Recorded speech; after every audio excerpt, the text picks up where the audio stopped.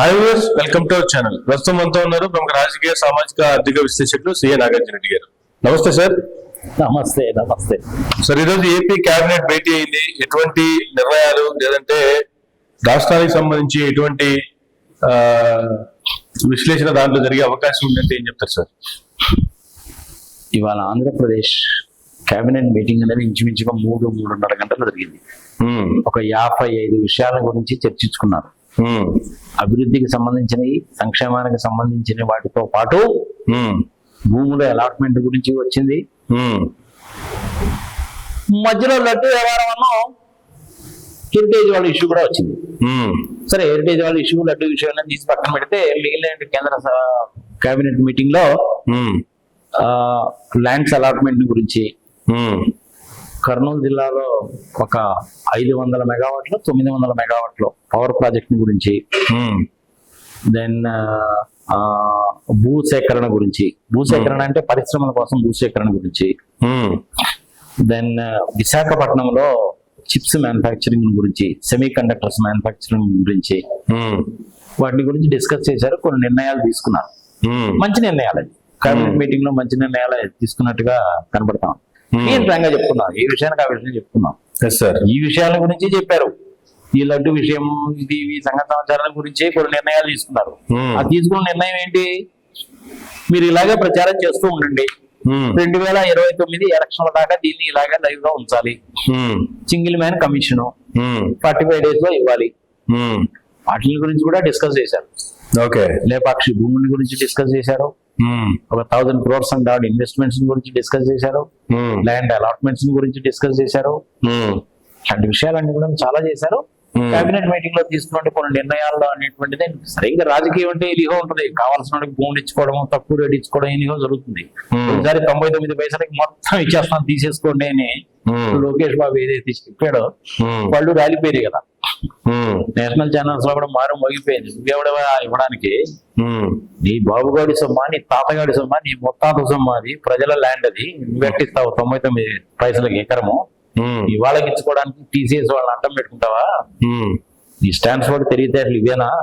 Stanford యూనివర్సిటీలో నీకు నేర్పించింది ఇదేనా అని జనాలు గట్టిగా అడిగేసరికి దాని గురించి ప్రస్తావన ఎక్కడ తీసుకురాలా. కానీ ఈసారి కొంచెం ఒళ్ళు దగ్గర పెట్టుకుని జాగ్రత్తగానే తీసుకొచ్చినట్టున్నారు. నీటి పారుదలకు సంబంధించినటువంటి బడ్జెట్ లో ఎంతంత కేటాయించారు. సరే, బడ్జెట్ చూసేది ఏముంటుంది? దిక్కుమాలిన బడ్జెట్ కదా, తీసి ఆ బడ్జెట్ లో చెప్పి చేయరు. ఈ డిపార్ట్మెంట్ కి అలాట్ చేసి తీసుకెళ్లి వేరే డిపార్ట్మెంట్ ట్రాన్స్ఫర్ చేసేస్తుంటారు. ఇవన్నీ మామూలు. బడ్జెట్ చూడాల్సిన పనే లేదా. కేంద్ర ప్రభుత్వం ఇచ్చింది కానీ, రాష్ట్ర ప్రభుత్వాలు ప్రవేశపెట్టే కానీ బడ్జెట్స్ లో ఏమీ సారం రావట్లేదు. ఒకప్పుడు మేమైతే ఏంటంటే కేంద్ర ప్రభుత్వం బడ్జెట్ కనుక వచ్చిందంటే చాలా ఇంట్రెస్టింగ్ గా చూసేవాళ్ళం. నాయని పాలకి వాళ్ళ లాంటి వాళ్ళు దేశం అంతా తిరిగి బడ్జెట్ గురించి డీటెయిల్ గా ఎక్స్ప్లెయిన్ చేసి చెప్తే మేము కూడా మాకు మంచి నాలెడ్జ్ వచ్చేది, మంచి పాయింట్స్ క్యాచ్ చేసి రాసుకునేవాళ్ళం. ఇప్పుడేందా బడ్జెట్ అంటే ఏదో బడ్జెట్ ఏదో పెట్టాలి కాబట్టి పెట్టారు, రాజ్యాంగం ప్రకారం పెట్టాలి కాబట్టి పెట్టారు, అంతే. అంతేగాని బడ్జెట్స్ గురించి పెద్దగా పట్టించుకోవాల్సిన పని ఏం లేదు. అందుకనే నేను బడ్జెట్ చూడలేదు. నేను కేబినెట్ సమావేశం ఇవ్వాలి కదా జరిగింది, అందుకని కొన్ని మంచి నిర్ణయాలు తీసుకున్నారు కాబట్టి ఇట్స్ ఓకే, యాక్సెప్టబుల్. అంటే కేబినెట్ లో తిరుపతి లడ్డు విషయము, హెరిటేజ్ విషయము ఇవన్నీ వచ్చేసరికి వాటిని కాస్త పక్కన పెట్టడానికి కోసం అని చెప్పి కేబినెట్ సమావేశంలో ఇట్లా నిర్ణయాలు తీసుకున్నారనమాట. అదే మాకే పెద్ద ఇదేం కదండి, ఇష్యూ కానీ కాదు, ప్రజలకు బాగానే తెలుసు. అందుకని చూడండి, మేము ఏం చేస్తున్నాము, మా పారిశ్రామిక విధానం చూడండి, ల్యాండ్స్ అలాట్మెంట్ చూడండి, సంగతి సంవత్సరం చెప్పడానికి కోసం పెట్టారు. ఏ ప్రభుత్వమైనా చేస్తారులే, చేస్తారు. కానీ కేబినెట్ భేటీలో డీసీఎం గారు మిస్ అయ్యారు. ఆయన పేరే డీసీఎం కదా. యాక్చువల్ గా జనాలందరూ డీసీఎం అంటారు, కానీ డిప్యూటీ అంటే ఎప్పుడు D capital Y small letter ఉంటుంది. డివైసీఎం అనాలి. నువ్వు డీసీఎం అనేసి అంటే అది ఎక్కడికో పోద్ది తెలుసా. డీసీఎం అని అనబాకండి, డిప్యూటీ చీఫ్ మినిస్టర్ అని మాత్రమే అనాలి. రాయదలుచుకుంటే D capital Y small letter పెట్టి సీఎం అని క్యాపిటల్ లెటర్స్ పెట్టాలి. అది డిప్యూటీ సీఎం అంటే. మరి డీసీఎం అంటే ప్రజలకు కూడా తెలియాలి కాబట్టి చెప్తాను నేను. డీసీఎం అనేటువంటిది ఒక 30-40 సంవత్సరాల కింద ఒక మంచి పారిశ్రామిక సంస్థ. ఢిల్లీ క్లాత్ మిల్స్ లిమిటెడ్ అంటారు దాన్ని. ఢిల్లీ క్లాత్ మిల్స్ లిమిటెడ్ అంటారు. చాలా మంచి సంస్థ. మరి హైదరాబాద్ లో కూడాను, హైదరాబాద్ లో హ్యాబిట్స్ నుంచి నాంపల్లి వెళ్ళేటువంటి దారిలో జీ పుల్లారెడ్డి స్వీట్స్ పక్కనే DCM వాళ్ళది షోరూమ్ కూడా ఉండేది. Okay. మ్యానుఫ్యాక్చరింగ్ యూనిట్ అది. ఓకే. అది DCM అంటే. నువ్వు దాన్ని చేసుకొచ్చి పవన్ కళ్యాణ్ అంటగట్టి DCM అంటే ఎట్లా? ఇప్పుడు కూడా DCM సంస్థ ఉంది. తర్వాత ఏమైంది అనేసి అంటే రిలయన్స్ వాళ్ళు వచ్చి OCM, డిగ్జెమ్, రేమాండ్స్ వీళ్ళందరూ వచ్చిన తర్వాత DCM అనేది పోయింది. Just like Delhi silk mills లాగా పోయింది అనమాట. ఒకసారి అట్లా జరుగుతాయి. ఎందుకంటే వాళ్ళు టెక్నాలజీని అప్గ్రేడ్ చేసుకోకపోతే వెనకబడిపోతారు. అంటే జనరల్ గా గ్రూప్ కంపెనీస్ జన సైనికులందరూ కూడాను, జనసేన పార్టీకి సంబంధించిన నేతలందరూ కూడా మా DCM అని ముద్దుగా పిలుచుకుంటూ ఉంటారు. అదే ఫ్లో లో వచ్చింది.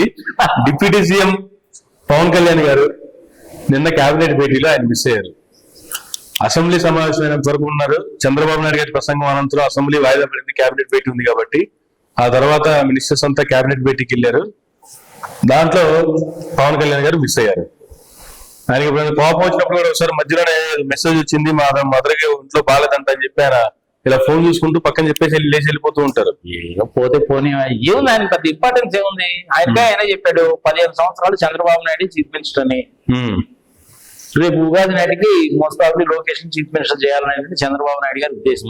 ఇది కూడా ప్రజలకు తెలిసిందే. ఇంకా పెట్టకుండా ఆయన కేబినెట్ మీటింగ్ లో ఉంటే ఏంది, లేకపోతే ఏంది, సొంతకం పెడితే ఏంది, పెట్టకపోతే ఏంది చెప్పు.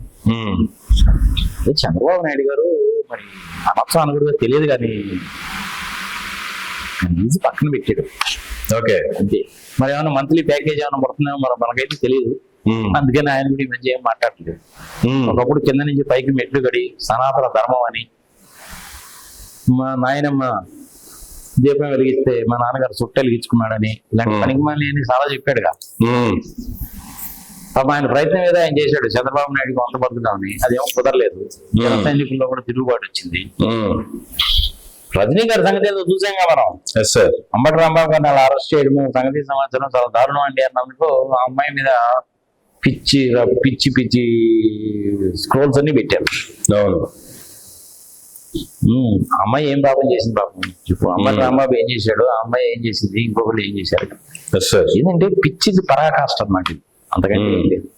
అందుకనే మనం ఇంతకుముందు చేసిన వీడియోలో చెప్పింది, ఒకప్పుడు బీహార్ని గుండారాజ్ అనేవాళ్ళు, ఇప్పుడు ఆంధ్రప్రదేశ్ లో అది కనపడుతుందేమోనండి. అంటే మన ఆంధ్రప్రదేశ్ రాష్ట్రానికి సంబంధించి మనం ఆంధ్రప్రదేశ్ లో గుండారాజ్ అనేది మరి బాగున్నది కాబట్టి చెప్పడం లేదు. కానీ ఈ మనసులో మాట చెప్పాలంటే మటుకు అదే. Now Bihar is 1000 times better than Andhra Pradesh. Law and order అనేది బీహార్ లో పర్ఫెక్ట్ గా ఉంది. నితీష్ కుమార్ గారు ముఖ్యమంత్రిగా వచ్చినప్పటి దగ్గర నుంచి నేను చూస్తున్నాను.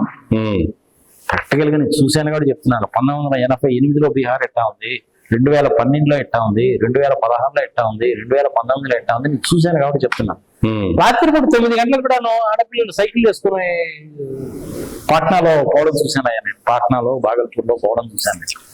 ఎంత సేఫ్టీ ఎంత సెక్యూరిటీ ఉంటే ఆ విధంగా చేస్తాను చెప్పు. కానీ మనం వినుకోవడంలో జరిగింది ఏంటి, మిట్ట మధ్యాహ్నం మనిషిని నరికి పారేశారుగా. అట్లుంటుంది అనమాట ఎలా. కానీ పవన్ కళ్యాణ్ వచ్చినా రాకపోయినా పెద్ద అక్కడ జరిగేదంటే ఏం లేదు. ఆయన ఉన్నంత మాత్రాన అద్భుతాలు జరగవు, ఆయన లేనంత మాత్రాన జరగవలసిన అద్భుతాలు ఆగిపోవు. ఈ Jayaprada. Thank you sir, thank you very much అండి. రైట్.